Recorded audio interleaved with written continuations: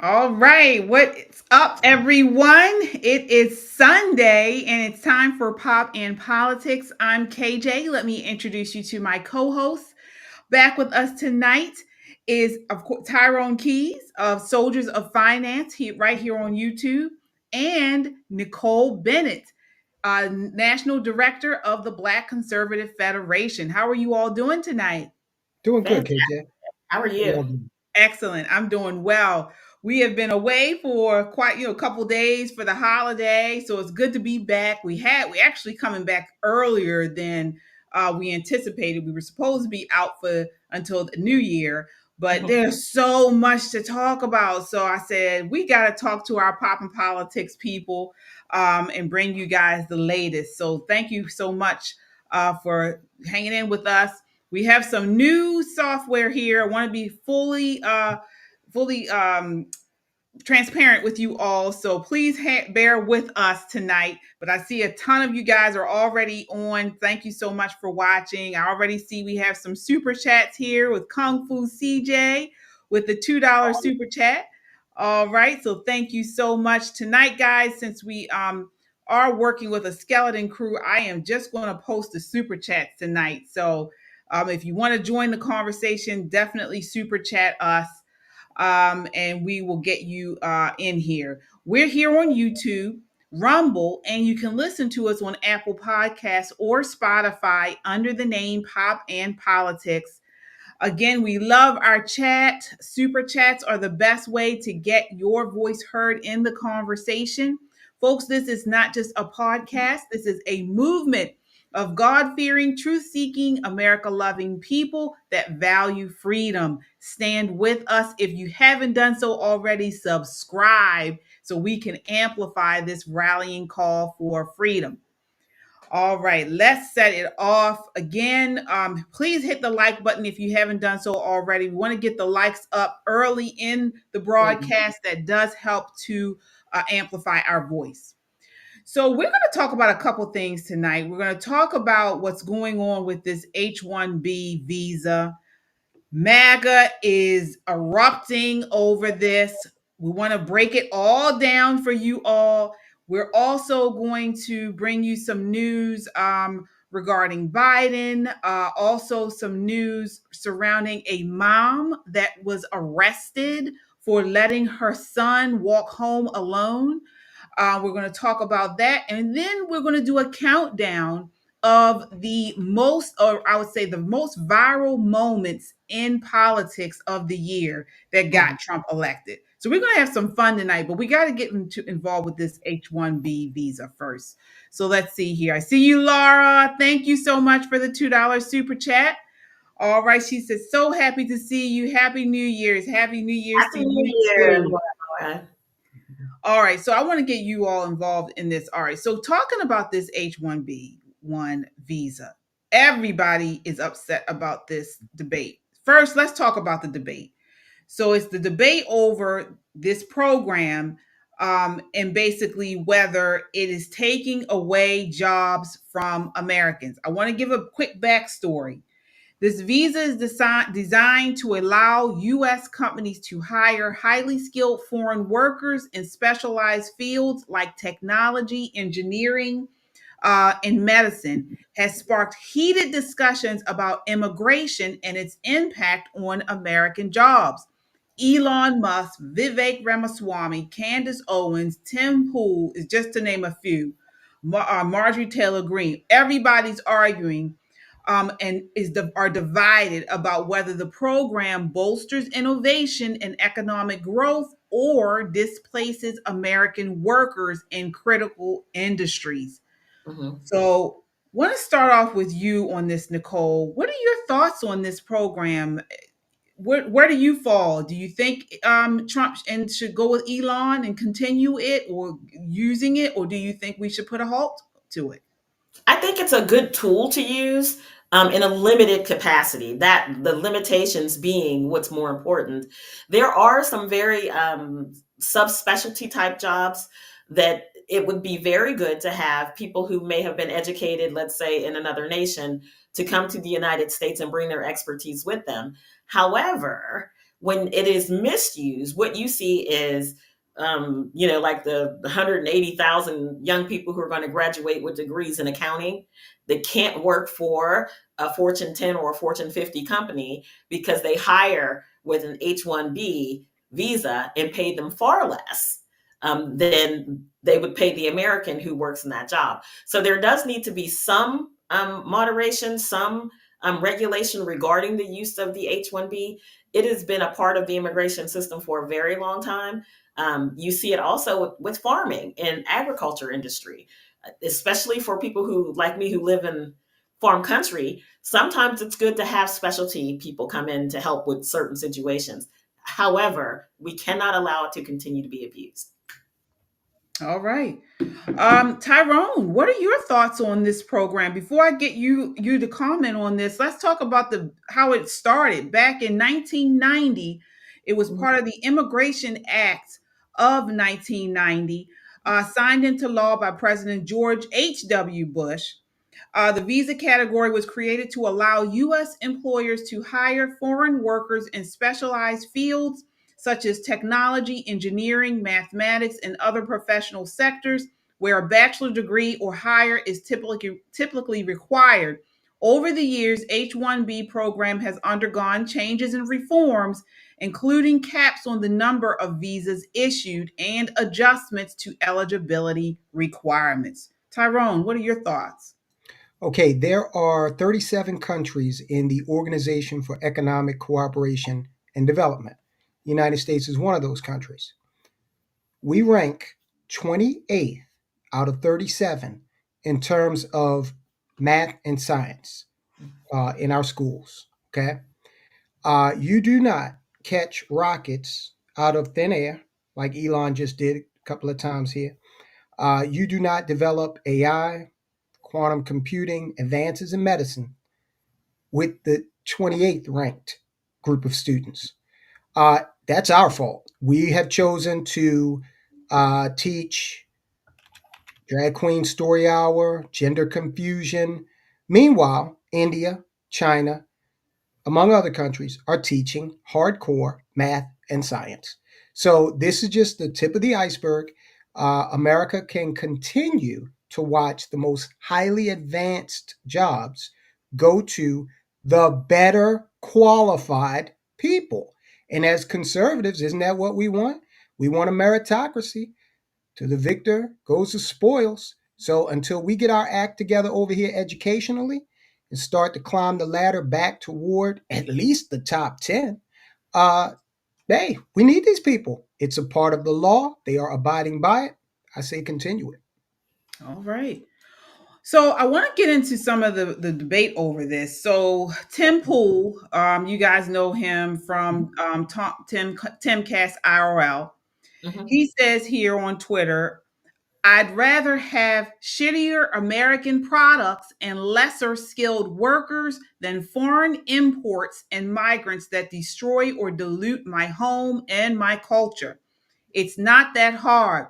This argument that our workers or products are bad, so we have to get talent elsewhere, is why we have shittier products and less capable workers. Reinvesting in America was never going to be easy, but it was always going to be worth it. Wow. Before I get you guys to respond here, let's get some of these super chats. All right, I have Charlotte Miller with the $5 super chat. Says you ladies are awesome. Thank you, Charlotte. Thank you so much. All right. What do you guys' response to that? Start with you, Tyrone. Oh, okay. Well, wow. I'd rather have mediocrity than to uh, actually fix the educational system that I just spoke of. Look, he can carry it that way if he wants. And under that paradigm, America will slip, not just in education, but in technical innovation. And we've already started. We are winding down our space station. China has one up there right now and is expanding on it. So that what he just said, and I like Tim Pool, but what he just said is insane. It's a he striving for mediocrity. Crazy. Yeah, what are your thoughts on what he said, what Tim Pool said, Nicole? I understand where he's coming from, and I am a big believer in making sure that America first is always the way that we lead. However, I'd rather drive across a bridge safely than bet my life on whether or not the person who was the architect behind that bridge graduated 180th out of 180 students. So there is a space. Remember, this is not your average everyday worker. These are very subspecialized workers. And there's a cap. And I think the cap can definitely be condensed. We do have some work to do here. And I think under the Trump administration, we will get that. We have got to stop, I agree with Tyrone, teaching culture. We have got to stop teaching woke. We have to start teaching math, science, reading so that we can compete on a global stage. Here in our own homeland, we do need to make hiring Americans a priority. However, there is always going to be a need for someone who already knows how to do this particular thing while we're growing back to where we belong. In the meantime, we just can't settle. I mean, speaking of Baltimore, we've got a bridge to rebuild there. Who do we want rebuilding this bridge? For real.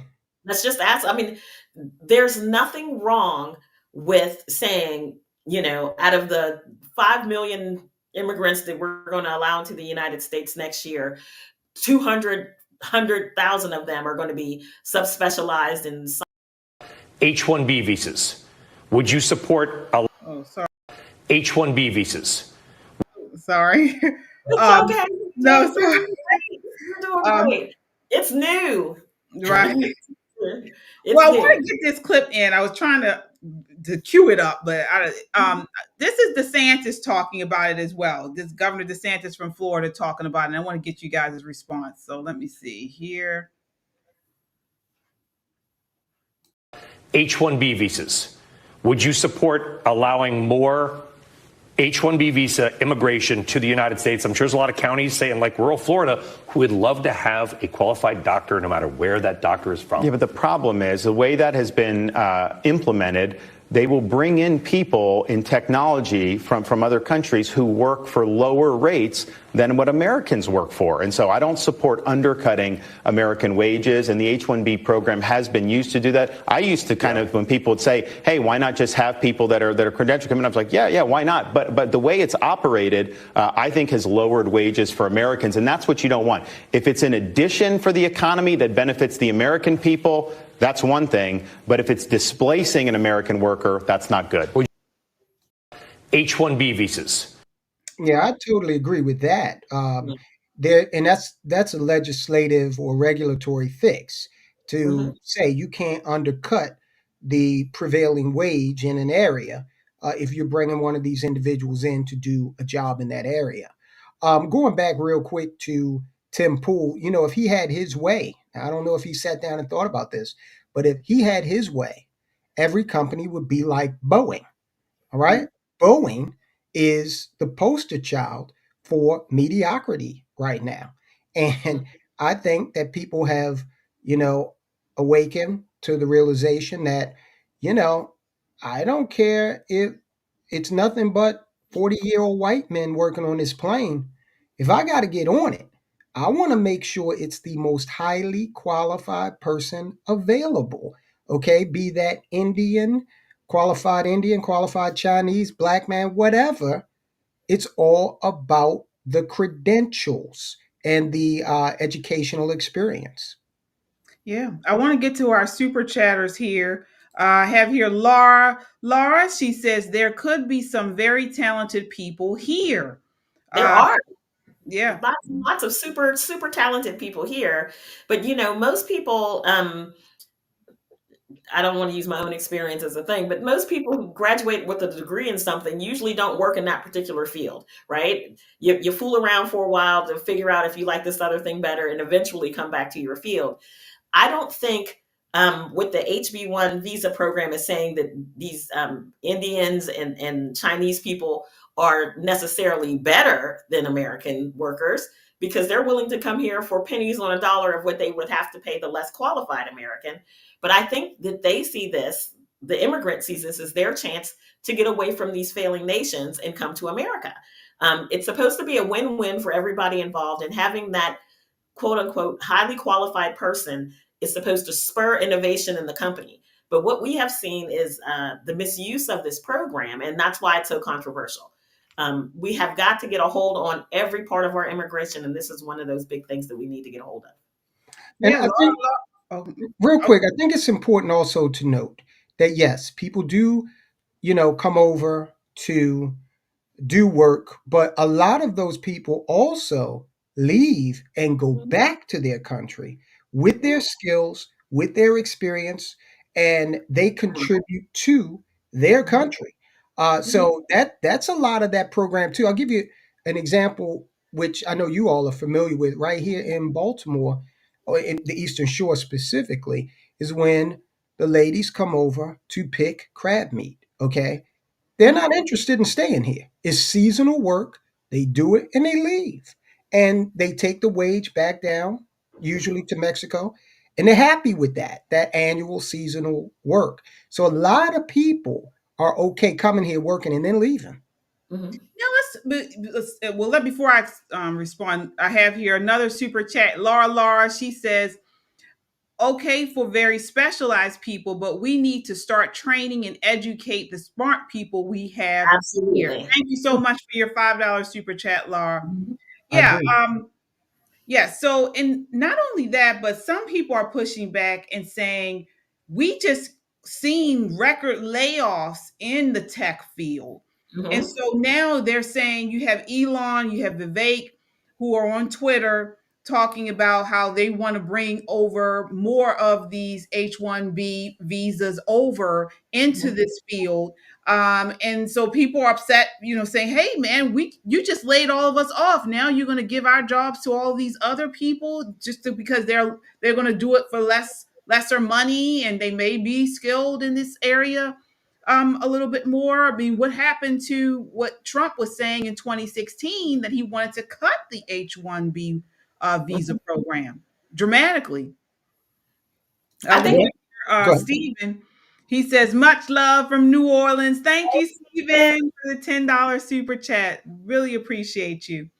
I All think right. I think you're right, KJ, with that. Like, again, there are so many parts of our immigration system that have kind of run just amok, Mhm. allowing the misuse of certain things. This particular program was never meant to be long term. It's a very temporary thing. And it was never meant to be your gateway to American citizenship. Right. It's quite literally saying, hey, we don't have a guy who knows how to do this one particular surgery, but there's a guy in Sweden who does it, and he's willing to come here and teach us all this for a year, 2 years, whatever it is, and he's going back to Sweden to live his happy life. What has happened, though, over the course of time, when the children were in charge, I'm just going to call them children, you guys refer to them as Democrats, but when the children were in charge, they just kind of let stuff, Biden-esque, they just let stuff go. Mhm. Have to, when it comes to immigration, you have to keep your eyes on the numbers. And as we well know, immigration was well more that they could handle, well more Oh, than yeah. they could handle. So we're having this discussion, and I think it's a robust discussion, and it should be. The people who were laid off in the tech industry, I'm with them. I'd be pissed if I lost my job to a skilled worker from another nation who's going to do it for pennies on a dollar, but I just voted for America first, right? I'm Right. expecting to have that opportunity, absolutely expecting to have that opportunity. And we can do both. We can have a few specialized people, bring our workforce back, and train our citizenry so we don't have to depend on specialized people. I think we can do it all. I Yeah, agree. it's starting to get pretty nasty though. I mean, even on, they're going back and forth on Twitter. Some people are saying that Elon Musk and Vivek, particularly Elon Musk is in the tech industry, and they feel like, you had this core MAGA movement that has been with Trump from the very beginning. Now Mhm. you have some people will call new MAGA, which includes Elon Musk and the tech bros coming in, and they believe that maybe they're trying to fatten their pockets, off of this whole MAGA movement. Let me just see. I thought I had some quotes up from. Yeah, but they're going back and forth on Twitter talking about it, so much so it got so bad that Elon has has blocked some of these people from talking about this situation, at least bad talking them about the situation. Then people who are on Elon and Vivek's side are calling some of the MAGA movement racist. Well, we learned the fighting, cultural fighting that way. But the truth of the matter is that this is what democracy looks like. Mhm. Democracy, I always say this, democracy, when you take a look at the pictures of our founders, right when they're about to sign the Constitution, and they all look so stately and they're, and everybody's happy, somebody's got a smirk, you know what I mean? Mhm. That's not democracy. The 10 minutes before they posed for that picture, when somebody was probably in a headlock, somebody was pulling somebody's hair, somebody was getting cussed out, democracy is messy. But this is the way it's supposed to work. Everybody bring your ideas to the table. We'll hammer it out. Eventually, we'll get to a reasonable answer. But in the meantime, we can't just discuss them. We still have to be able to have that discussion. And as Tyrone said, raise our skill level so that this is not an issue for us long term. Yeah, we have Kung Fu CJ with the super chat. $2 says, preach, Nicole. So, all right. And then we have Laura. Laura here says, not everyone is an Elon Musk with the $2 super chat. Thank you so much, Laura. Then Still Told with the $10 super chat here says, my view on this is our education system is broken. That is why we are in this education deficit. H1B1 may be necessary to fill the gap temporarily. Fund American trade schools. Absolutely. Thank you so much, Still Told. You know, that's an excellent point, because the other thing that you see with Elon Musk companies is he said you don't need a college degree to work here. Exactly. If you demonstrate that you can do the work, you can work here. Now, this is 2024. I would encourage anybody to take a look at a application called Coursera. You can literally get an Ivy League education. You can get certifications. You can go on there and learn anything and become proficient in it from an educational standpoint.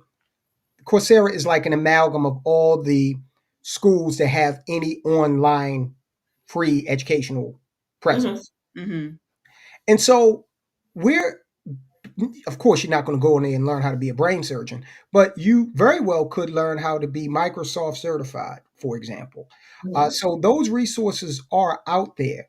1979, this is funny we're having this conversation now. Jimmy Carter created the Department of Education. We went to the moon before we had a Department of Education. You look at it, 1979, we've been declining in every metric since that time.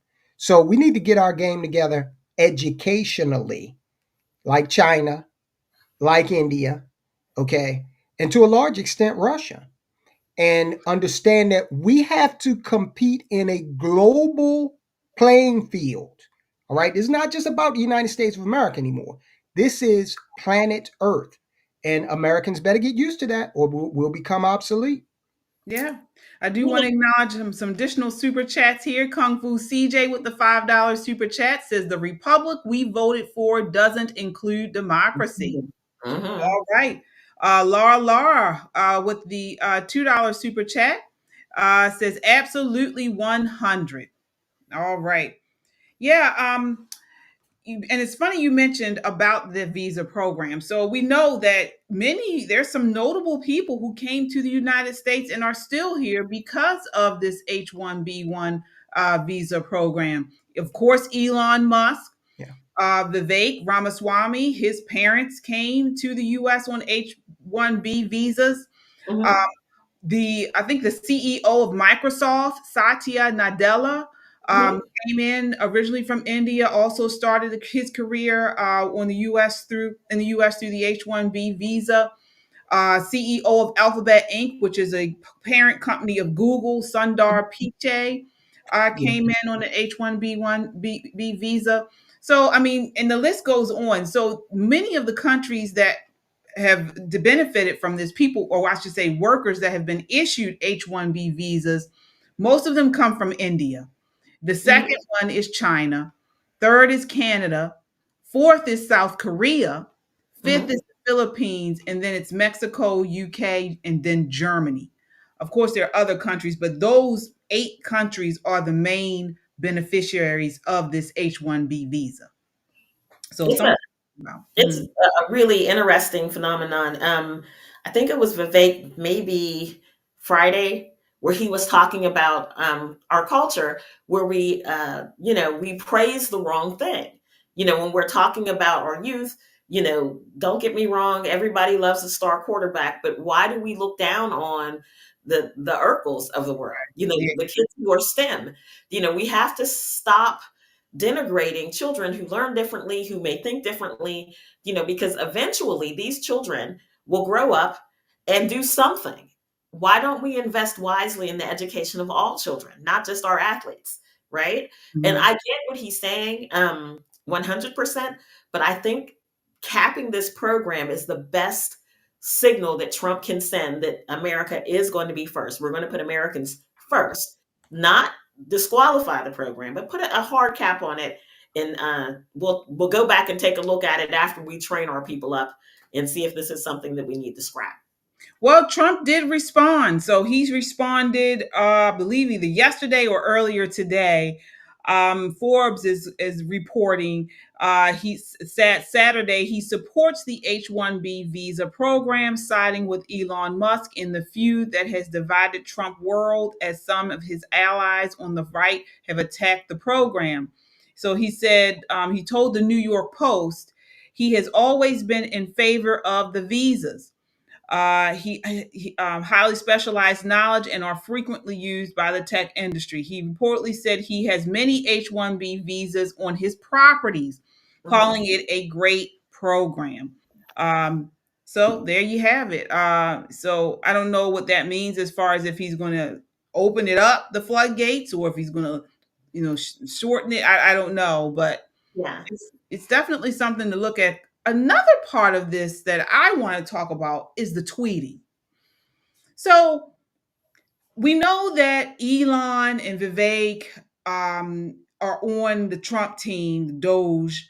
Also, I think what actually set this off was they hired some Indian guy with the last name Krishna is going to be his Trump's right hand man to lead the AI initiative. But Mhm. honestly, why are they tweeting out all of this stuff for the public to see? I mean, to me, it's just, I don't understand that. And they talk about it a little bit on CNN here. I want you guys to take a look at this clip I have where they're talking about these tweets. Let me just see. Here we are. All right. So bear with me. Let me see. Here we are. Look, I think Donald Trump having a relationship with one of the greatest innovators of our time across multiple sectors and having that person be as invested in the United States and the success of the United States as he can be is unequivocally a good thing. And I'm sorry if people had their feelings hurt by that. But this country needs people like Elon Musk to create, to innovate, to participate in our civic affairs. This is a good thing. To run government policy by tweet, though? He's not running. He's not running anything. The president's allowed to have advisors and aides, and some of the best accomplishments from his first term were by non-cabinet aides. Like Jared Kushner ran point on getting peace between Israel and 5 countries, and Elon Musk, he's been very successful in many domains, and I think he just blew up an effort to keep the government open by tweet. That's what I'm talking about. When I'm talking about running government policy, there were great government did not. He's going to help us cut waste, he made fraud, it more and dire, abuse, and which there we were should all great be able things to in get that behind when you look at how much money that the were government taken out, wastes. including money to shore up the health fund for victims of 9/11 here in the great state of New York. So there were things that he has already done that have caused harm by tweet and by influence. And so I think it's fair to say that he is helping to run the government even before the incoming government takes office. Look, I think Donald Trump having. All right. So, what are your guys' thoughts on that? I'll start with you, Tyrone, on this. Why are they tweeting out everything? I mean, I don't want to agree with a Democrat pundit, but I have the same question. Why are they putting all this stuff out in tweet? Yeah, it's definitely not my preferred mode of operation. I guess that the argument they have is they're being transparent. But look, to a public who, the public goes a million different ways a week. All right. And the public is out there doing their job, taking care of their family. So you need to message the general public in a way that inspires confidence, that doesn't lead to greater confusion. And I think that when you get a whole bunch of people communicating, they need to condense this, speak with one voice, okay, or two or three, depending on the subject matter, and condense this down. The other thing you got here, you got a lot of big egos here. Too for many good cooks reason. in the kitchen. Too many Right. cooks in the kitchen. You've got a lot of big egos, and for good reason. All of these people, Ramaswamy, Elon, Trump, have done big things, right? That's going to have to be corralled. All right. Elon Musk strikes me as the type of individual that doesn't have a lot of emotional intelligence. He needs to kind of understand that you need to fall back and defer to the president in a lot of these matters. Okay. And yeah, you can have as many conversations with him as you want, Ramaswamy, you too, but then let the administration speak with regard to official policy. I'd rather see that. I'm on Twitter, but I don't get down like that. I'm one of these old school DC guys that we were down there lobbying before Twitter, okay, and all this stuff. So yeah, not my cup of tea. Yeah. Before I get you in here, Nicole, I want to acknowledge a super chatter here. Teresa, thank you so much. $20 super chat says, I want excellence and a reconstructed education system. Train the leaders, engineers, scientists, doctors that we need. Teach facts over feelings. Don't add stigmas to math, reading, and science. Compromise can help. 100% agree with you there, Teresa. Thank you so much. We also have Laura with the $2 super chat says Elon is acting like he is the president. Okay. Nicole, what are your thoughts there on this tweeting? I like the tweeting. Let me tell you, we don't yet have a sworn. Trump has not yet been sworn as president. As Tyrone said, these are men who fill up the room, so to speak. Their egos are big. They have great, grand ideas. They have been tasked to do this job. And in their mind, it's not only transparency, but who would you rather hear it from? Would you rather hear it from them, or after it's been siphoned through, kicked through, licked and spit out by CNN or MSNBC or Joy Reid? I think during the last 4 years, the American public has gotten its fill of news that has been filtered and chewed and stepped on, right? So when you have people who are talking to you directly, if you are on X, if you do read these tweets, you can take them at what they say. You don't need someone else to interpret it for you. There's no spin on a tweet. It is what it is. And these are two men who stand by what they say. Once Trump is sworn and we have the administration in place and those 5,000 people step up and begin this administration, you'll see less from them and hear more from the press secretary, whose job it is to communicate officially. But in this in-between time, this is where you're going to hear from other voices. Once this is all settled and Trump is sworn, official comments will come from the press secretary. And if the president so chooses to have an official day where he gives information directly to the American public, you'll hear from him. But right now, I think this is a great idea, because prior to this discussion, who knew about H1b visas? Right. Except for people who work in immigration. But who else knew? Who else knew that this was even an option?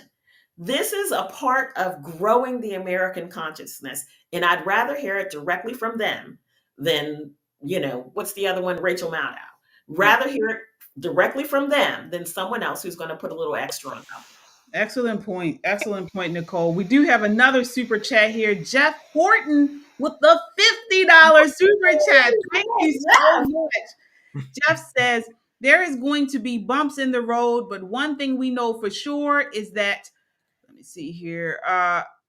The nonsense is going to be met head on. No more worrying about what media says. Thank you Yes. for what you're doing. I love the show, the attitudes and the smiles. Oh, thank you so much, Jeff. Thank And you thanks so for your much, Jeff. support. Thanks for watching. Folks, the super chats are a great way to get in the conversation and also to support us with this conservative movement. Thank you so much. Keep them coming. Please don't forget to hit that like button. Hit the like button. That helps to amplify our voice, to push us up on YouTube and get down people like MSNBC and the Joy Reids and all of them.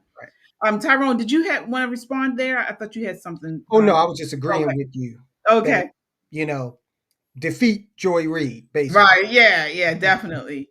Definitely. Mm-hmm. Yeah, well, I just want to ask one additional thing. So we've seen this go on for the last several days on Twitter. It's getting a little ugly. So I don't know how this is going to play out, but I want to get you guys' thoughts on that. Do you think this is going to be a major issue? Will this cause a great divide within MAGA, within the Trump sphere? Do you feel like something is on the horizon that's coming down the pike? No, Start with you, I Tyrone. think what we can look forward to is just more of the same from the dying media. Mhm. Okay. They've tried to run with this little tactic of division. Elon Musk is who's the real president? This kind of thing. Imagine if they had asked who is the real president when the question really needed to be asked last 4 years. Okay, so you can just expect the dying media to be who they are, to do what they do, to try to drive a wedge into the administration. And look, people, now I know this audience understands, but this is proof positive that the media despises America and Americans. Okay, this is proof positive because they're not changing their evil ways. Okay, they're going to go down, wringing of hands, gnashing of teeth. They're going to go down in a ball of flame and never having tried to pull the yoke up. Okay, Right. this is Yeah. just who they are. Yeah, what about you, Nicole? And specifically for the MAGA crowd. So, do you believe that some America First conservatives are you saying, did I waste my vote? Do I regret my vote? Are they going to make a big deal out of this? No. Let me tell you, the energy is so high, it's palpable among people like us. There are going to be times when we disagree, but we also know how to disagree without being disagreeable. We're not going to get 100% of everything we ask for. Ronald Reagan said, if you get 80%, call it a win. Call it a win. The other 20% is grace. We have got to get to a point where our voices drown out the voices of the people who are doing what Tyrone is saying. The media is saying, oh no, they're fighting. It's a MAGA split. There's, the ultra MAGAs are mad at the regular MAGAs. And then here we are going, who's mad at who? I'm not mad at anybody. We're so looking forward to the beginning of the golden age of America. They needed some spin to counteract that. You hear those words, the golden age of America, coming out of the mouths of college students. If that doesn't make your American heart beat a little bit faster, thinking finally we've got a generation who really gets the idea of what this nation can be and should be. We're not going to allow this media spin to disrupt anything we've got going on. Not one. They can continue to spin. We'll keep making our shows across this spectrum that they have no influence on, and it is eating them alive. It is absolutely eating them alive. And I'm happy. And KJ, look, here's the other thing. Remember, the opposition, by and large, are not serious people. Okay? These are people who do not understand how to have adult conversations and participate in spirited dialogue. All right. You got a few over there, like the junior senator from Pennsylvania, who is speaking rationally, at least. Right. You're talking about Fetterman. Yeah, John. You got the guy coming out of West Virginia who's like, I don't even recognize these people anymore. What's going on? But by and large, the insano wing of the Democrat Party has taken over. All right. That's why you've got Tulsi Gabbard, RFK, and many others that you've never heard of saying I don't know what this is. I'm out of here. Okay. So these are people with all their protestations. Just keep in mind, they're not capable of having a serious conversation about anything. They're filled with emotion. Like, Nicole called them children earlier. This is who now the adults are back in charge, and we got to go tell them, listen, go over there and sit in the corner and shut the hell up. Right. They have to be at the children's table. Like at Thanksgiving, Right. there's a reason why we have a children's table, because I don't want to see you trying to put, mashed potatoes up your nose. They're just not fit. And we saw this starting several years ago when we were flipping Democrat legislators were turning Republican. The mayor of Dallas, Texas, a black man, Republican. So when you somebody just flipped, I was reading just within the last days. When they feel like their party has moved so far that they can't recognize it. When people start saying that Bernie Sanders is their centrist, right, there's a whole problem. The thing that I hear now is we had a messaging problem. It wasn't that we were wrong. We had a messaging problem. No. You guys said you had the best ground game ever in the history of ground games. I saw you out there knocking doors right after I knocked the door.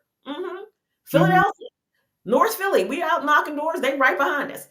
Knocking the door is one thing. Having the right message is another. Right. And you know how we killed them in North Philadelphia? We handed out cards that said, do you want your tax dollars to pay for transsexual surgeries in Pennsylvania state prisons? Doors of people I just talked to, they wouldn't open for the Democrats coming. Yeah. We hit them where they live. People don't want to hear pie in the sky and rhetoric. On my day-to-day life, how is this going to affect me? On my day-to-day life. But so what you hear from them is, transgenderism. Why can't we just be kind and just use the pronouns and, look the other way? Why can't we just focus on what's real?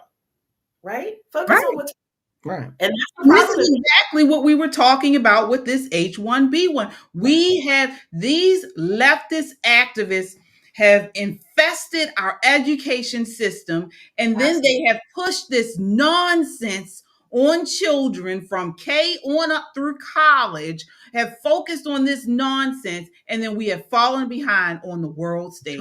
That's right. And we are focused. Part of Kamala Harris's campaign was focused on transgender surgeries in prisons, which, first of all, the transgender population is minuscule, Wow. So the transgender population in prison is, even smaller as a percentage. And then she went so far as to say, and people are coming here from other countries to have transgender surgery, and we need to pay for that. Look, if you want to cut it off or fold it inside out, knock yourself out. I don't have to pay for that. All right. And with all of the issues that we have in this country, that's one of the ones that people are like, we got money for that. We got money for everything and everybody overseas in Ukraine, these transgender surgeries. But I just drove by a tent city downtown. Yeah. Insane. We posted on the channel earlier. You guys should check it out. It's a short on our channel. It's a clip of a Polish MP being interviewed by a leftist reporter. And the leftist reporter is trying to say that Poland is racist for not allowing Muslim refugees into Poland. And he basically said, you can call me whatever you want to call me. Good for him. We don't have terrorist issues. We don't have terrorism issues here in Poland because we don't let people in. We've decided not to do it. And he was just forthright. And she had nothing to say. He said, if you want to call me a racist, if you want to call me a xenophobe, he said, I was elected to do this. This is what my people want us to do. And I care about my family first and my country second. And this is what is important to us. It was very, very striking. You guys check it out. We have it in our shorts on the page here. I think that's one of the people. You are telling the truth. Keep up the amazing work. Thank you so much, Kung Fu CJ. I feel like the Polish prime minister is one of the people who, as a leader, got it right. He has a constituency, and his job is to provide and protect his constituency. Has nothing to do with, you can call me a peanut butter sandwich on the world stage. Makes me no difference. None. Are you going to kick us out of NATO? Oh, well, we don't have your problems anyway. It makes no difference. I think when we run into this global opinion thing, that it kind of shades how countries move, how nations move. Tyrone was making a point that, the transgender population is so minuscule here in the United States, but meaningful, right? So there was a guy who was imprisoned for serial rape. Boys, girls, didn't make him no difference. Young, old, really didn't make a difference. He declared himself a woman. The judge allowed him to go into a women's prison, and he essayed every single woman that he came into contact with. Every single one, allegedly. So they're having the court case now. This radical judge is telling the victims that they have to refer to this man who thinks he's a woman as a woman in court. So here's what that sounds like. She raped me. Now, if you're on that jury, I'm telling you now, I'm convicting off the top just because of the work. You guilty of the original sin, sir. You have got to go. We have got to get a handle, even if it is a minuscule portion of our population. Sometimes the smallest crowd has the biggest voice. Sometimes. Well, yeah, because they're very, uber leaning, left leaning people. They don't want them speaking on their behalf. They said, no. We don't want to do drag queen hour in school. We don't want to do anything. We just want to live peacefully, and have our basic human rights like everybody else in the nation. When you hear them say that, but then what you see on TV, what you see in the press are the people who are the farthest left advocates of the weirdest stuff you've ever heard. That's what the press shows. Not the people who are saying, I'm a regular person. Right. I got to do these super chats really quick. We have Kenzie14 with the $20 super chat. Says, how are these recipients of H1b visas going to obtain security clearances? Many of these jobs will require clearances, which are normally only granted to U.S. citizens. Also, relations are strained with countries like China. Great point there. Well, with that, I have some knowledge on that. Okay. I have a good friend who's a retired executive at Northrop Grumman, and they can't get it for certain industries, like the defense industry or any defense-related contract, that they actually are prohibited in those instances. Okay. I have one more. Laura with the $5 super chat says, you're right, KJ, because I am feeling not good about this HPB1. All right. Thank you so much with the $5 super chat, Laura. And thank you, Kenzie, with that $20 super chat. Yeah. We will continue to follow all of this, and like you all have mentioned, hopefully this will not cause any issue within the conservative movement. And that, what you said, Nicole, was exactly what we've been talking about, how nonsense is is obstructing good sense. Yeah. They're choosing to acknowledge this nuts pronouns, and he has just essayed, multiple women in prison. It's ridiculous. Vita here with the $5 super chat says, how many trans men are asked to be placed in men's prisons? That's a good question. None. Yeah. Right. Not a one. Right. I just think it's when you think about how horrific that is, whether or not you're guilty of your crime, you've been convicted, you're in your cell, you're serving your time, and suddenly the state introduces a predator that you're locked up with every night. Yeah, predator says the same thing. Yeah. Says $5 super chat says, when I was a CO, I saw trans people in prison. They are not allowed in opposite gender prisons. Men with men and women are with women. All right. Thank you so much for the To the $5. extent that this happens, these women should sue the United States of America for cruel and unusual punishment.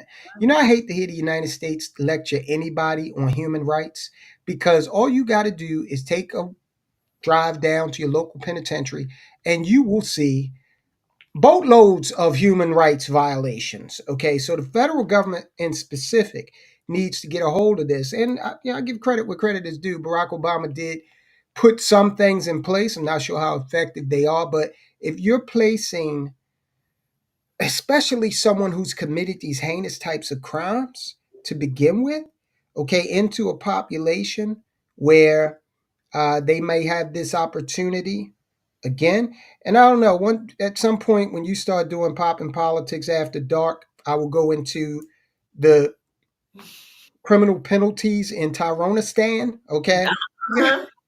If you want a preview, you can go back to the Middle Ages and check some of that stuff out. But that's the other thing, and I guess it's a conversation for another day. We really need to start getting medieval on some of these violent criminals, especially after two women now were burned, set on fire in New York. Right. So gross. Just absolutely abhorrent. Absolutely. Well, I mean, this is what we see when we have a society now that is no longer moral. You know, the leaders are not pushing or advocating, I should say, for morality.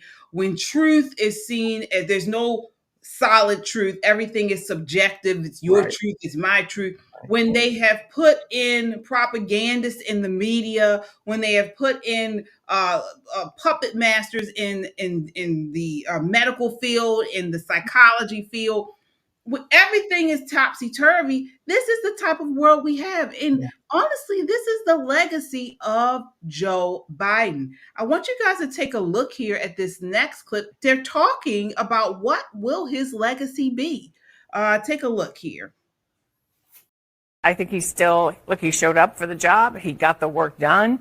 I think some of the accomplishments also in the Middle East and foreign policy will also stand the test of time. You think the Middle East is in better shape today than when he took office? Well, I think he got our hostages home. I think that's a big deal. I think it's important. I'm sorry, which hostages? He's gotten a number of people home. He was able. There's still 100 people over there. Well, there were more than including some Americans. Look, I think he's gonna leave office in disgrace. The Hunter Biden pardon was disgraceful. He's going to be remembered largely for inflation and for the disastrous Afghanistan pullout. And I think as we continue to, we're just getting the first draft of this now, but as we continue to learn about the massive cover-up that went on, not about his health, but about his mental acuity, to cover that up, the efforts that were undertaken by the White House staff, by his family, not in the last couple of months, but for all 4 years, I think it's going to be a really ugly chapter. It's a diminished presidency because of it. And I think we still don't know the full extent of what they did to try to hide what they've been doing over in the West Wing. Agreed. Yeah. Based. That's all I got for that. Based. Scott Jennings is a national doggone treasure. You know, I feel like, Jimmy Carter, God bless him. I think he's 100 now, maybe 99. He's very close to being 100. This man can die peacefully now, because the worst president in history is no longer him. It is absolutely Joe Biden. The horror that has happened to this country, he has set us back culturally, our education system, everything that could possibly go wrong across the world has. Yeah. Tyrone, what are your thoughts on his legacy there? Do you believe that, what will his legacy be? Just as Jenny said, it's trash. It's total, the biggest speed bump in American history. And the woman says he showed up for the job. Substitute teachers do that. Okay. Is she in the classroom? Yeah, she showed up. Oh, okay. All's good. That's not something that you put on a president of the United States. Okay. He didn't show up for the job. 570 vacation days in 4 years. Sitting on the beach. 570. Yeah, this was a fiasco. Okay. But if you think about it, I think this had to happen because look at the overwhelming way in which Trump won. Mm-hmm. Okay, so Biden woke a lot of people up to exactly how terrible things can get with the wrong person in office. Yeah. So he did do that. Our saving grace is that we've not had a terror attack during his 4 years here on our homeland. Right. However, I will stand firm on we have had a quiet attack. All of these immigrants setting people on fire, raping and killing children, all of this has happened. And they're like, well, don't you say anything because it makes you a xenophobe. It makes you a racist. It makes you a bigot. Call me racist. Call me a bigot. But I need these people gone. I don't know where Shelly is tonight. I hope sis is having a good time, but I'm going to do my best Shelly impression. I need them gone out of here. They got to go. Take your stuff with you. There are people who just don't care. Like you were saying, KJ, they don't have the rationalization skills to say, I have this opportunity to live in the greatest nation this world has ever known. Let me go set a woman on fire on the train. There's something wrong. There's a cognitive deficit that we can't fix. And we can't be the world's homeless shelter. That's right. That's a good way to put it. Yeah. And like you said, Nicole, these people, we know that you value something when it's done because you worked for it. Absolutely. Getting here and just crossing that border. And I know this may be a tough challenge for them, to bring in when they do, it's a tough journey, but nonetheless, you thinking you got in and you doing it by illegal means, that's not going to be our best. These people are not our best or their best coming from these places. And so this is what we get. This is the type of people we get. And not only that, many of these people are occultish. They are evil. They don't have a good bone in their body. I'm not going to say many. I'll say some. They are paganist. They are occult. They are evil. They believe in witchcraft and all that type of stuff. And we have a real problem here now. This is the legacy of Joe Biden. Mm-hmm. He has torn our country apart, literally and figuratively. He has done this. And we have not even begun to understand and realize the stuff that we've gotten from Joe Biden. We have gravity. We still don't know for sure what has happened, and we won't know until Trump's been in his first 100 days. Because I think when we were talking again about the White House communicating, the administration communicating, I think what we're going to see that first 100 days is this is a problem and this is how we fix it. This is a problem. This is how we fix it.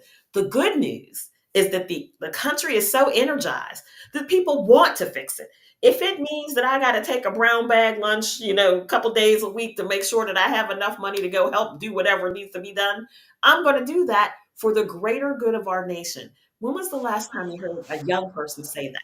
I mean, his level of inspiration with this particular generation that's coming is so beautiful to see. So beautiful to see. And I hope it continues. But it's going to be hard. We're going to have some rough times. It's not all going to be, sunshine and rainbows. I hate to say that, but sunshine and great times because they didn't took over the rainbow, right? But we're going to have to stand up to international bullies. Trump got that. He's already brought them in, had his conversations with them. We're also going to have to take a look at our northern border, not just our southern border, because a lot of people are coming in from Canada, overstaying their visa. They just stay. Well, there's one way to fix that, and Trump is already on to that. We can go ahead and make them the 51st state, and then they can come and go as they please. I don't know about that Justin, as we call him, Justin Bieber, Justin Trudeau being the governor, though. He's on his way out. I don't think I want to acknowledge another super chatter here. We have Laura with the $2 super chat says, I love pop and politics. You all are amazing. Thank you so much, I have another one here. All right, let's see here. Laura again with the $10 super chat. Thank you, Laura. Says, I called the White House, but nobody answered the phone. Biden was asleep and Kamala was drunk. All right. I'm sure. Hey, KJ, real quick, you're right, though. Nicolas Maduro is on record as saying, hey, I emptied out my prisons and sent them up to you guys. So that's what we're dealing with Trinde Aragua and all of these, criminally minded folk. He got him out of there, just like Castro got him out with the Cuban boat lift. This is what they did. And we go for this garbage, So thank God Trump is in there and can turn it around. Absolutely. And speaking of garbage, I want to move on to this next story. Not sure if you guys have heard about this. A Texas woman was arrested for letting her son walk home alone. I have the clip here. Let me see here. All right. 1 second. Okay. I want to bring you guys this. This is crazy. This is ridiculous. Sorry, 1 second. Oh, maybe I don't have that. I thought I had that clip. All right, 1 second. Let me get it here. Yeah, this is. I don't know what's going on. I don't know what the country is falling into, but this is terrible. Let me see. Clip 5, KJ. Yes, clip 5. I have that, but I don't see it loaded. 1 second. All right. Okay. All right, here we are. Please bear with me. Sorry about that. New system. Yeah, this is a new system. All right. So how do I? Okay. In about 30 seconds, I can keep everybody occupied with my criminal justice plan for Tyrannistan. Yes. Medieval Criminal Justice Reform Act. All right. Been in town. All right, I have it here. Okay, here we go. Take a look at this nonsense.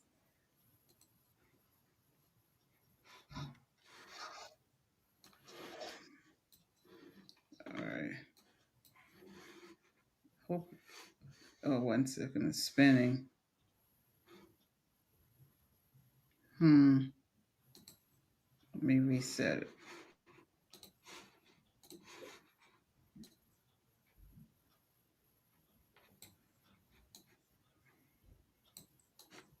Okay. All right, let me try it again. Here we are. In fact, their city ranks among the safest in Texas. But the police officers said, what terrible thing does a parent need to do to a child to get arrested? Put your hands behind your back for me. Okay. This woman's being handcuffed, and soon she'll be taken to jail. Why? She told her son, get out of the car and walk home. Here he is, 8-year-old Aiden. His parents encourage him to play outside on his own to build independence.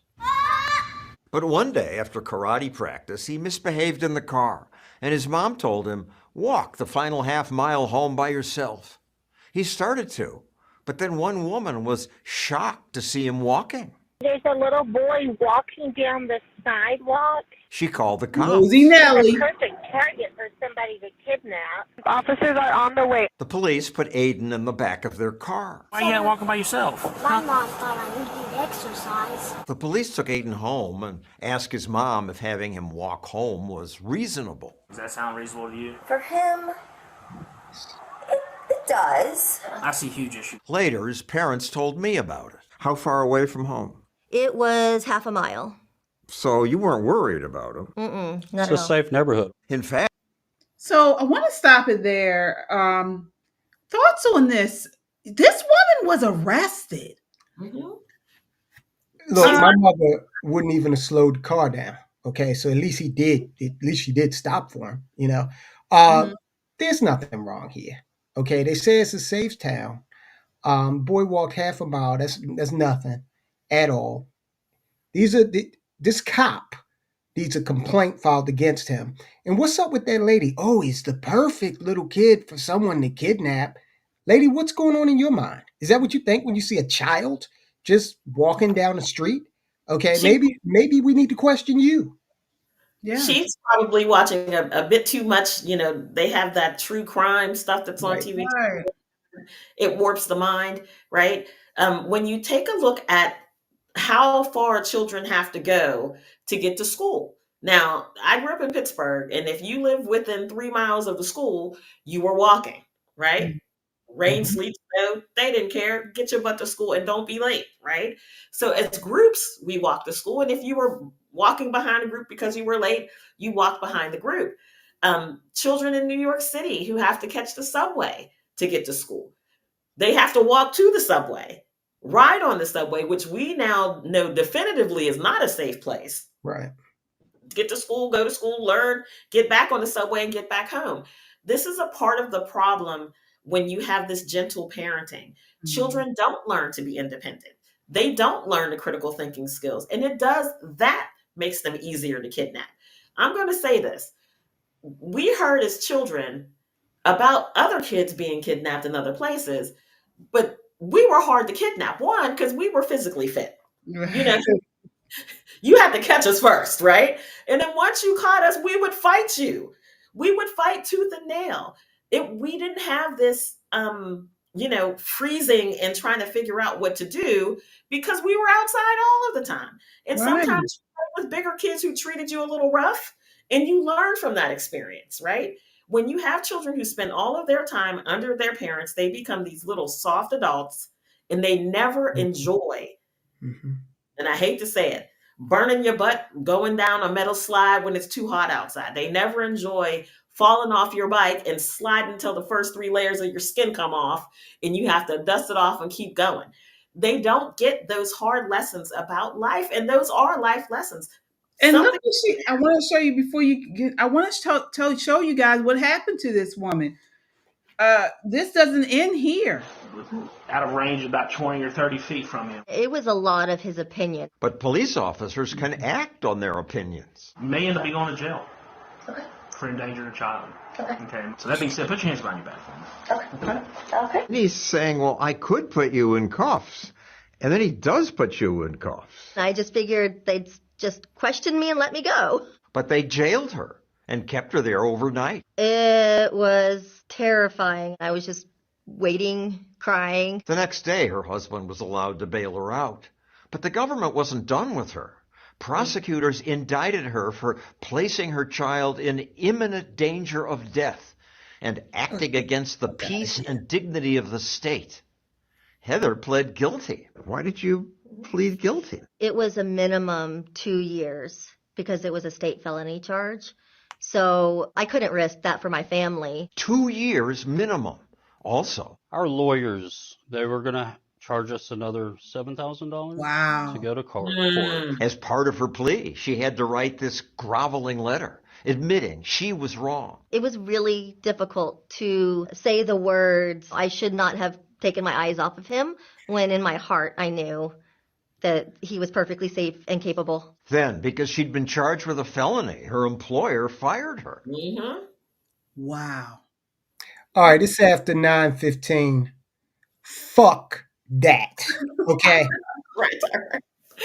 Listen, we would have crowdfunded her a beautiful defense, but there's a woman in Georgia, Brittany Patterson. Same thing happened to her. She lives in a rural community. Her son went to the store like a mile away, I think it was like 9 or 10, and somebody reported that her son was, walking, and the police came and arrested her. Now, they wanted her to use a Follow Me app on his cell phone so that she would know where he is at all times, and to create a safety plan because she is not a safe parent. Brittany said, no, thank you. Take your plea deal and get away from me. You're going to have to indict me. You're going to have to convict me because I refuse to think that here in Georgia, that is what the law of the land is. Endangering her child by allowing him to be independent. And you contrast that with, and look, I know that it's a different day and age. I get that. Okay. I don't see the kids playing outside in my neighborhood as often as we did, right? I don't see it. But look, we played lottery, bought cigarettes and liquor for my grandparents, okay? And the whole neighborhood was in on it. All the kids were standing in the line to play the lottery for their grandparents, okay? You can send us to the store to get your liquor. We're not going to open it, okay? I still remember it to this day. We go up on Bradish and North and give me a half pint of Smirnoff. God gave us a half. We're like, we can't even reach the counter. And we give him the money. He gives us the liquor. We take it home. Okay. No big deal. Okay. This is just how we came up. Okay. No problem. I don't drink to excess and I don't smoke. Although I've purchased my fair share of Pall Malls for my grandfather. Okay. So the level of, I just say that to illustrate hell, how old was Joan of Arc, right? The level of autonomy that kids have apparently has shrank tremendously over the years. And that family down there in Texas, hopefully they will get another lawyer to come in there and sue the crap out of that city for wrongful prosecution. And not only, as you mentioned, not only is the level of autonomy, child autonomy decreased, but parental rights have decreased exponentially. And this is something else that we have seen within these last 4 years or so. The encroachment of the state, of these prosecutors on parents and taking away their rights. That's right. Absolutely. You heard what the cop was saying to her. How dare you take your eyes off of him? 20 feet. That's as far as you can. Let me tell you, when I think back to my childhood, we would do our chores. And I have older siblings. We would all do our chores. 9 a.m. on a Saturday, you was looking for us. We were gone. And we're on our bikes, our skates, or whatever. And we all knew to come home. If there was an emergency, we were probably, I would say, from ages of 16 down to 8 or 9. But we would all play together 3 or 4 blocks over, having a good time. We never had any fear that our parents would be arrested or questioned by the police because they didn't know my exact physical location. Right. A GPS tracker on your son. Make it make sense. Tell me all about how much you trust me, Mom. Now, Nicole, are you from Baltimore? From Pittsburgh? You're from Pittsburgh. Okay, well, KJ, the Liberty Reservoir at the top of Hilton and Liberty Heights, right? Yes. We used to go out and play. We didn't even come home to get a drink of water. We physically drank from that reservoir. Okay. And my mother didn't even know this. She found out like a year before she died. She was like, y'all were drinking that water? We were like, yeah.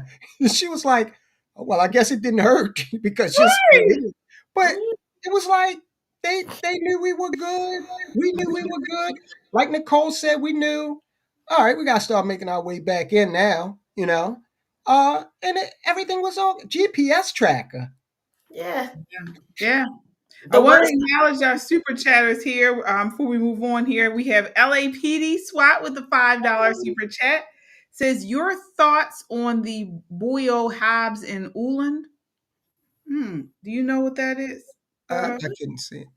Let me see. BU. I'm not familiar with that. I'm not familiar. Well, if that was directed to me, I'm not familiar with it. Okay. I'm sorry, LAPD SWAT. Thank you so much for the $5 super chat. I'm not familiar with it either. Let me see here. Tijuana Border Jumper with the $5 super chat says, welcome back early. Happy January 20th. We can't wait. Wait. So Thank you so much, Tijuana Border Jumper. Thank you. All right. Let me see here. LAPD SWAT with the $5 says 20 minutes ago saw something wink over my hood. It says biolabs. Was that what he meant? I'm not sure. I thought he was talking about the drones. Possibly, yeah. That's what I thought too. Okay. Yeah. Now, so we have about 15 minutes left. I want to quickly, because this is the end of the year, we're getting closer to the end of the year. I want to do a quick rundown of the 10 most viral moments in politics of this year that got Trump elected. And we've been kind of talking about this, on this channel. I know you've been talking about it, Tyrone, on Soldiers of Finance. All throughout the year, we've been right on top of all these news stories, bringing it to you guys, discussing it, debating it, responding to them, reacting to them. And so since we're at the end of the year, I want to just run down some of this stuff because as I was creating the list, I started kind of reminiscing. I was like, man, yeah, that was the time. That was it. So just quickly, I wanted to run through this stuff. So rounding out number 10. Well, before we do, I think we have one other super chat here. Let me see. John Alexander with the $5 super chat says, I miss the days of playing outside and I stayed in the hood. As long as we were home when the street lights came on, we were good. Yep. Absolutely. Yeah, absolutely. All right. So I want us to round it out with number 10. And this is going to be kind of like a quick fire. So I want you guys to react to each one. I have some clips for a couple of them. The Diddy tapes. I have this as number 10 because this kind of came in late in the year. Mm-hmm. But this I think, is going to really blow up in 2025. And take a look at this clip. This is why I say it. And then I want you guys to respond here. This is Elon Musk talking about these Diddy tapes and how he think they're going to play out here. I think part of why Kamala is getting so much support is that if Trump wins, that Epstein client list is going to become public. Yes. And some of those billionaires behind Kamala are terrified of that outcome. Yeah. Do you think Reid Hoffman? I think part. So that was the Epstein list he was talking about, but Diddy is right in there with it. What do you guys think on this? Agreed. Mm-hmm. I agree. Yeah. Agreed. Yeah. It's about time. There's that. Right. Yeah, definitely. All right. Let me see here. We also have, of course, the lawfare against Trump. I want to start with you, Nicole, on this. Just what your quick reaction is. How do you think this played into Trump being elected? This was the thing that the Democrats kind of threw the kitchen sink at him. Mm-hmm. And we saw what transpired. Mm-hmm. I think this was a huge mistake on their part politically, because it was no longer, I feel like they're treating me different. It was proof that they're treating him differently. And I think a lot of young people, especially young men, said, well, hey, wait a minute, they can do that to him. Oops, sorry. Go ahead. No, go ahead. I'm sorry. Go ahead. I didn't mean to. I would say that I think that this was important to his election because it spoke to people who may have had interactions with being treated unfairly legally. For example, like this mother who was arrested for no reason. So it spoke to a lot of people. And I think it was a miscalculation on the Democrats' part, for sure. Yeah. I want to get your thoughts on this next one I have here, Tyrone. Would be number 8 is Biden was exposed as unfit. Take a look at this clip. All right. An explosive report claims there's been a deliberate cover-up of President Joe Biden's declining health, dating all the way back to his days as Barack Obama's VP. According to the report by the Wall Street Journal, the White House intentionally hid Biden's diminishing health by hiring him a vocal coach, putting other officials into roles usually meant for the president, canceling critical national security meetings on Joe's bad days, and avoiding calls with other politicians. But despite efforts by his aides, Biden's struggles became hard to ignore, especially after Special Counsel Robert Hur's investigation last year. Hur found Biden forgetful and frail at 81 years old, ultimately deciding not to press charges over classified documents found in his garage because he thought Biden would come across to a jury as, quote, a sympathetic elderly man with poor memory. So we saw that unravel. Your thoughts on that, Tyrone? Well, earlier, Nicole said that Carter was the worst president. I actually think that Woodrow Wilson was by far the worst president. And one of the reasons for that is because he was unfit physically to do the job after his stroke, yet he remained in office. So Biden is right up there on that score. We have gone at least 3.5 years without the elected president making the decisions for this country, and that's dangerous. Yeah, absolutely. And speaking of that, it started to unravel at this number 7, Trump and Biden's debate. I'm sorry, the number 8, yeah, number 7, Trump and Biden's debate. We all remember this scene. It was actually hard to watch. Take a look at this. Yes, it was. Was right. He did care, elder care, making sure that we continue to strengthen our healthcare system, making sure that we're able to make every single solitary person eligible for what I've been able to do with the with the COVID. Excuse me, with dealing with everything we have to do with. That look, Trump looked like, is this real? Is this really happening? Looking like I'm being punked.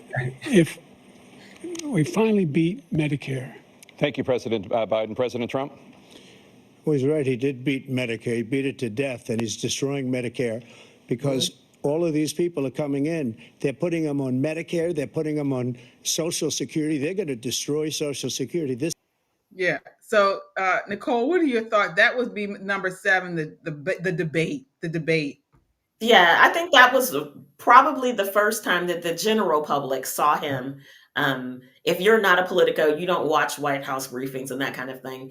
But they hyped up this debate so much. Joe Biden was going to rip him a new one. They got him all hopped up on whatever they got him hopped up on and pushed him out there and said, go get him, Joe. Yeah, no. It was bad. It was horrible. It made us even bigger laughing stock around the world. However, it did give Trump a chance to show some grace, and he did, because he could have tore him a new one with that answer. He could have tore him a new one. Yeah, absolutely. I have here number 6, The View gets destroyed. So you guys know we have, positioned ourselves as the opposition of The View. And so we generally will respond to many of their clips. And for you all who may be new to the channel, that's what we do. We react to their clips, their show, and debunk and push the truth out about a lot of things that they misinform and actually lie about. But this year, we saw many people going after them and correcting them after the fact, and so on. So I think that was a huge help. The View, and even Trump went after The View. Remember, he called them out. Listen, there are a lot of politicians who went after The View, rightfully so. I think they're one of the mainstream media shows that kind of spun out of control because they live in this little echo chamber, and it became a race to who could be the most left-leaning person, who could be the most liberal person. Oops, sorry. And they lost complete control of the narrative of that show. Even the two people who are supposed to be the Republican opposition are, fairly Democrat. Yeah, I agree.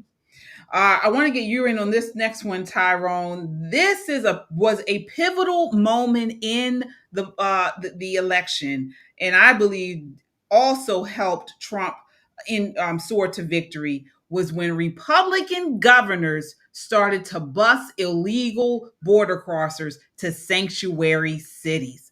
I have a clip here I want to show you guys. All right. Take a look at this.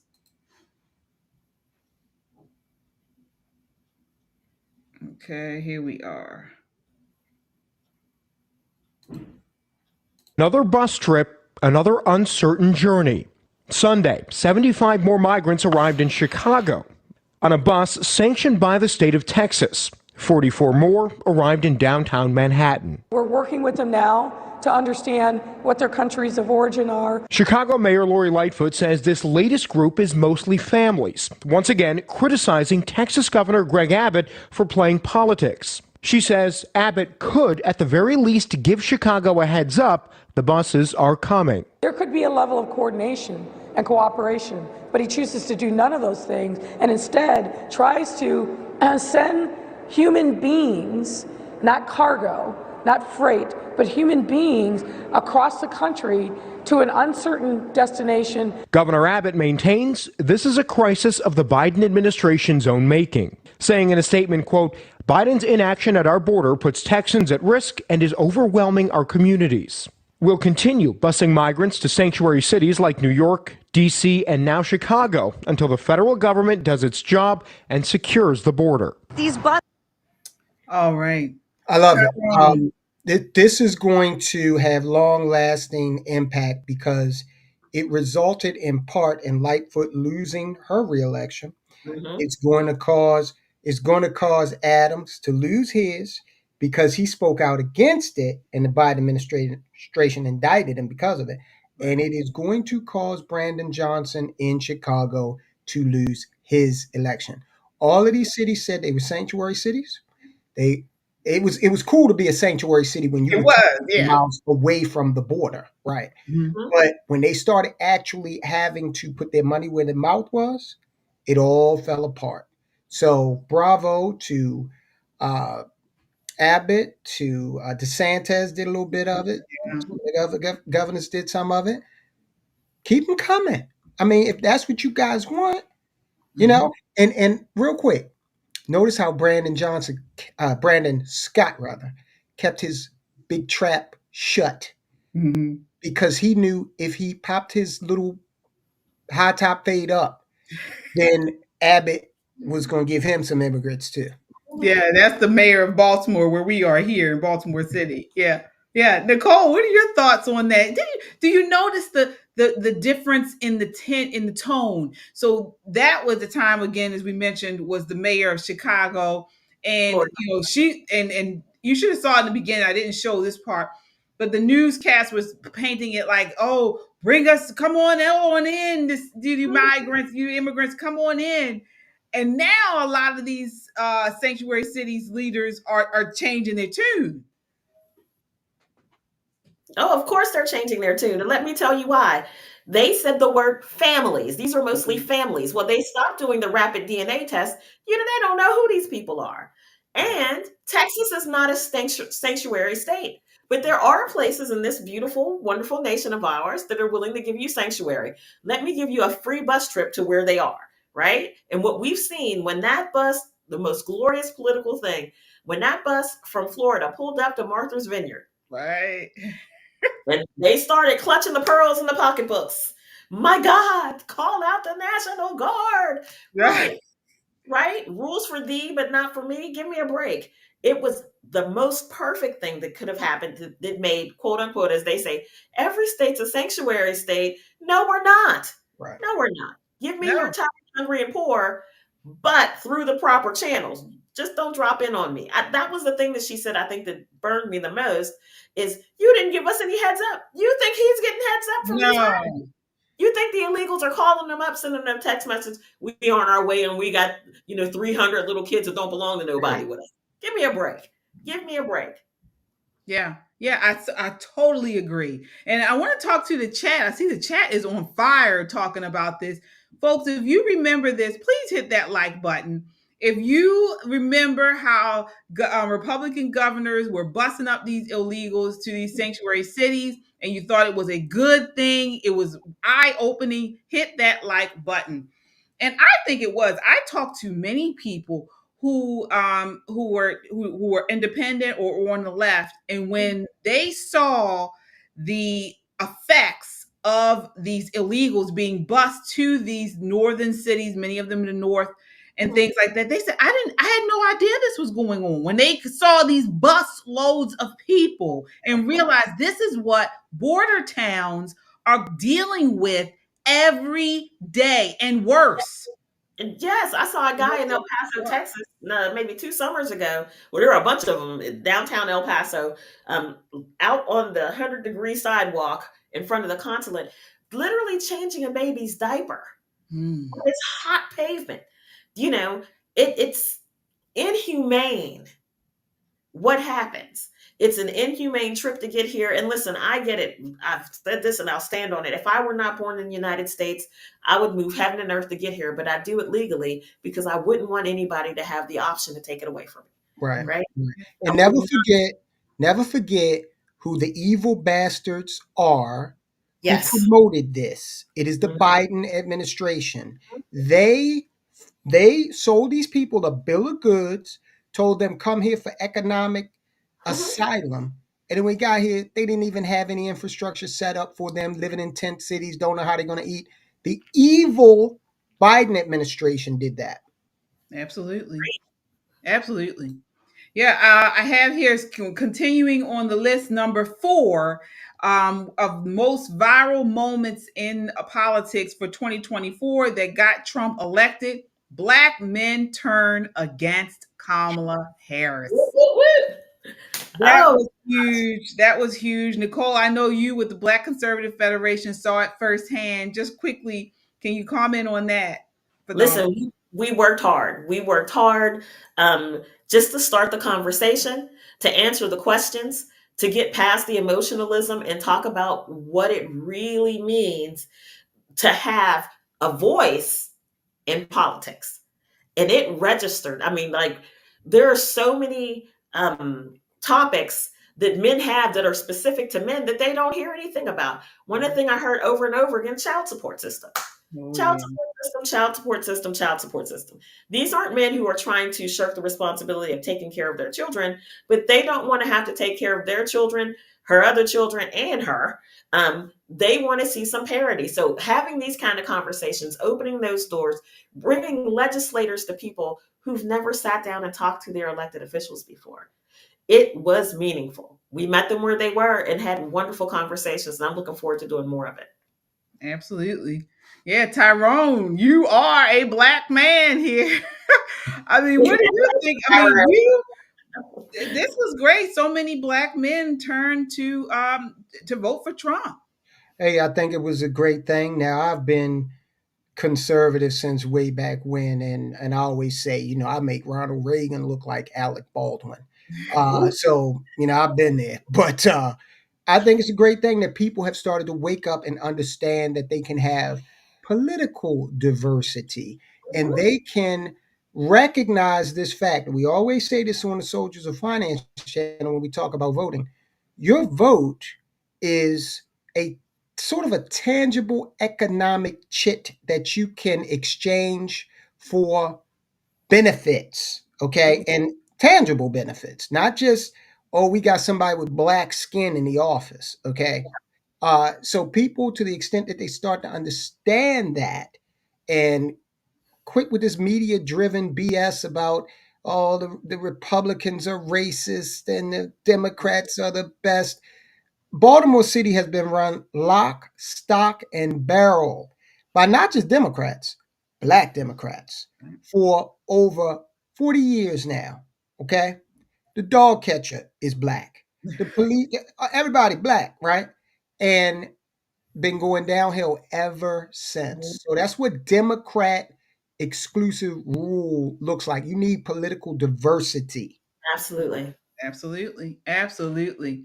All right. Moving on. We're almost there. We are at number 3. The media turns on Kamala Harris. And so we saw this in real time. I believe it was when did they? I'm trying to figure out when was the moment we saw that they started to turn. Now she came after she went so long without even doing an interview. She finally starts doing these interviews very sparingly, no doubt, but she was doing them, and they started to see how she wouldn't answer questions. Recently, the Teamsters head came out of the Teamsters union and blasted her.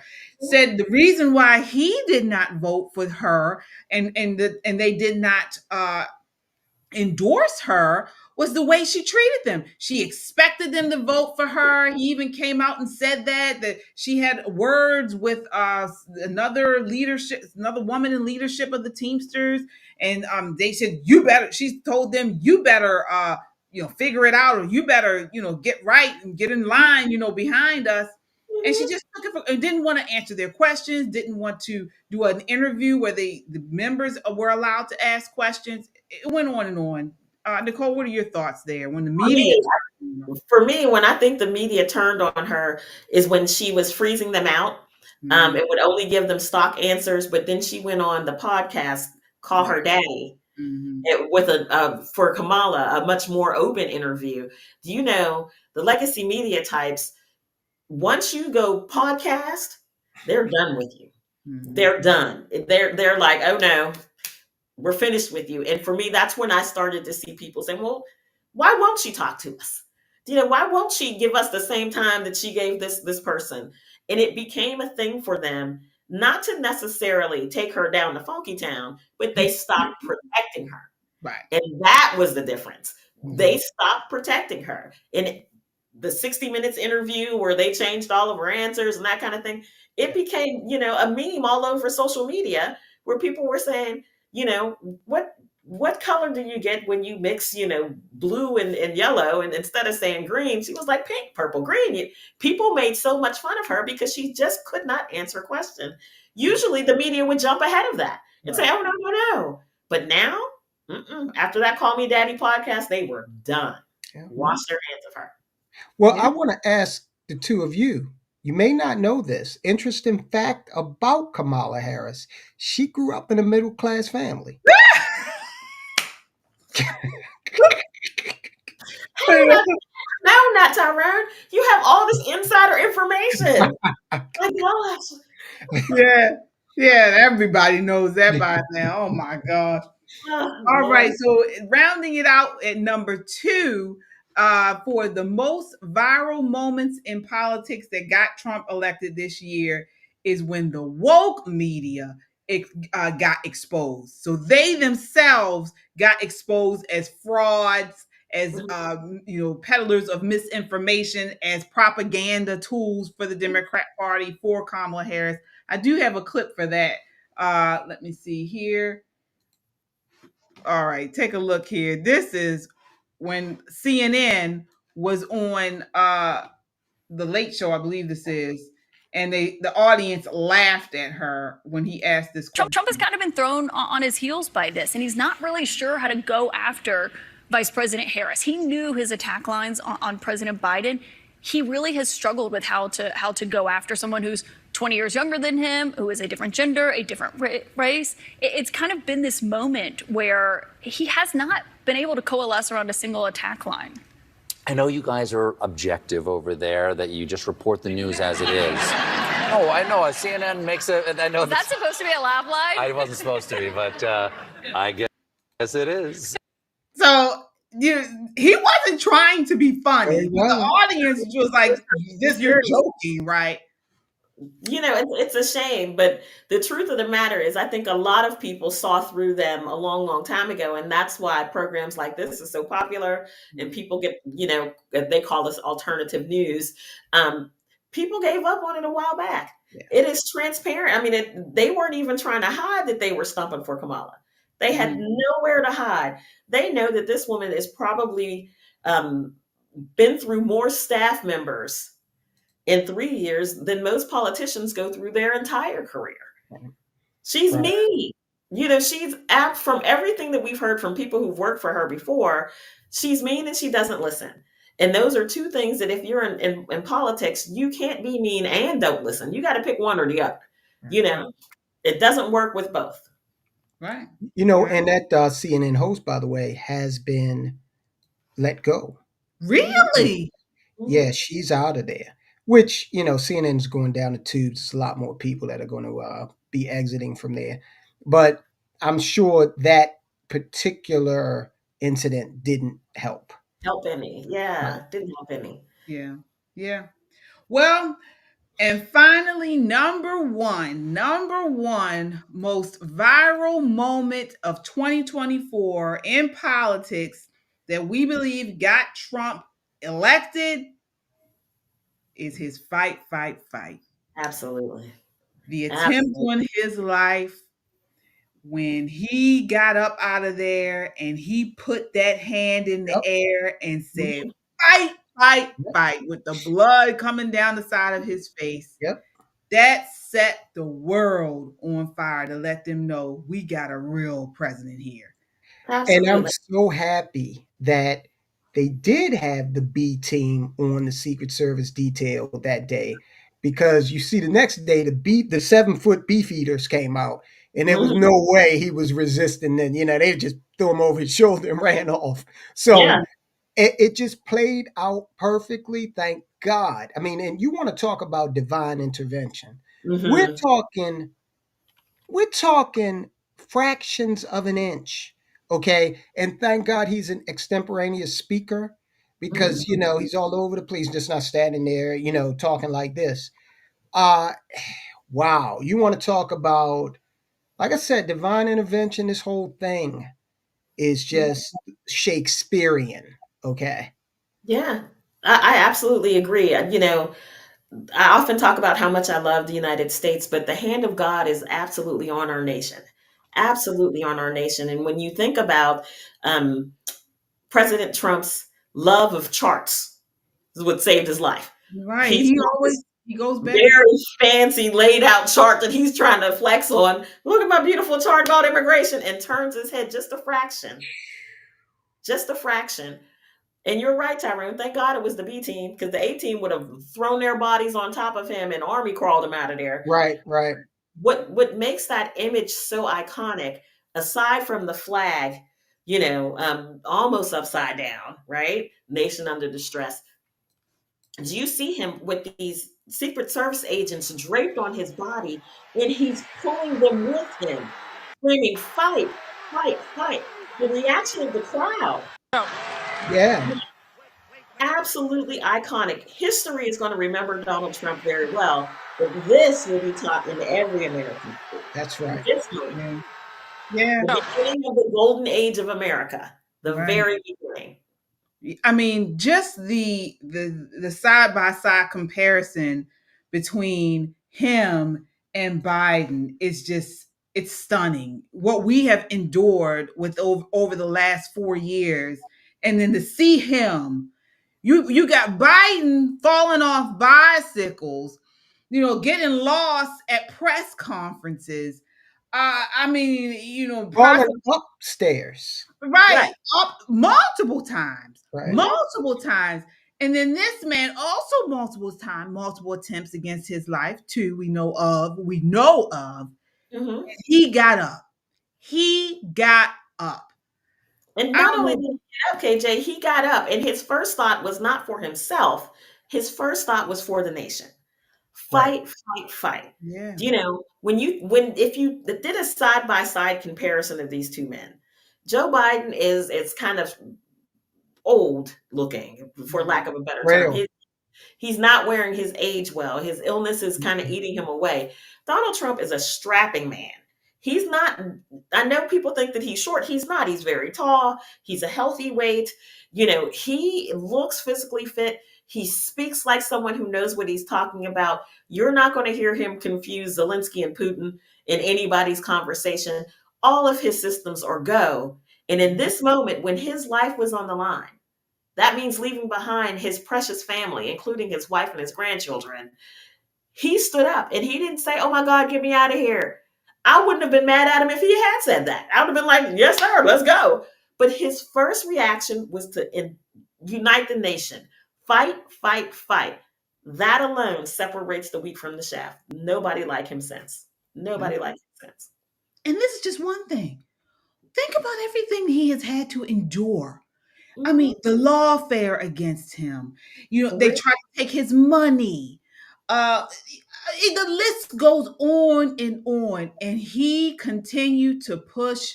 He felt like he needed to get into this presidency. He loved this country, loves this country, and knew we were on the wrong track. And he was the only one to right the ship. And so I just pray that, God continues to guide us. And I'm looking forward to the next 4 years to see what happens, to see what he does, and really get this country on track. Listen, I hope that fight takes us a good 12 years. Let's get JD his full 8. Yeah, you're right. Something else. But I think it's, he's going to lay a very good framework for our nation to get back to its successful ways. But as Americans, we're going to have to help. We're going to have to push. We're going to have to keep the narrative true and honest in front of people. And when it's time to vote again, when midterms come along, he's going to need help. Right. He's going to need help. So, we're going to have to do what we need to do to make sure that people who support his agenda are elected so that we can get done what needs to get done. He's one man, a good man, but he can only do so much. He's going to need assistance. So that's on us. That's on the American public to make sure he has the tools he needs to be successful. Yeah, absolutely. All right. Well, folks, that does it. Did I tell y'all that Kamala Harris grew up in a middle-class home? Did I mention that? Yes. Just checking. Okay. She washes greens in the bathtub. I heard that. Oh my gosh. We'll need at her house. Yeah. Yeah. Well, we're at the end of the year. We do have another super chat here. Let's see here. $5 super chat. Tijuana border jumper. Nicole Bennett for president. Yes. I'd run too. Look. All right. Absolutely. We have another one. Laura with the $5 super chat says, Happy New Year 2025, ladies. Love your channel. Oh my gosh. Thank you so much. You guys, this has been a great year for Poppin' Politics. I mean, we've grown exponentially, and we want to grow. We want to double the growth for 2025. Folks, thank you guys so much for hanging in with us and supporting us and watching, commenting. Don't forget to hit that like button. And if you haven't done so already, subscribe. Who do you have here? Mark Slater with the super chat says, can't believe I missed the show. Well, you can always rewind, so that's fine. We've been on here for about 2 hours tonight. So yeah, definitely. Thank you so much, Mark. I mean, Mark, Tijuana border jumper, PD SWAT, so many great people. You guys are becoming like family here, and it's always good to come on and see everybody and get Laura. Who else do we have? I mean, just everybody. You guys know who you are. Mark Slater, Krista. So many. Yeah. Say it again. CJ. Kung Fu CJ. Yes, of course. Shantia. Yep, Shantia. Absolutely. So many great people. And we thank you for your support all year long. 2025 is going to be amazing. Yes. And so we got to just continue to stay vigilant, love the truth, love America, and continue to push on. Fight. The fight is not over by a long shot. We are at the very beginning. So we got to continue to keep pushing on. Any final words from you all here? I'll start with you, Soldiers of Finance. Any final words tonight? Well, I just have enjoyed being a part of the shows here on Poppin' Politics. As I've said many times before, this is the future, okay?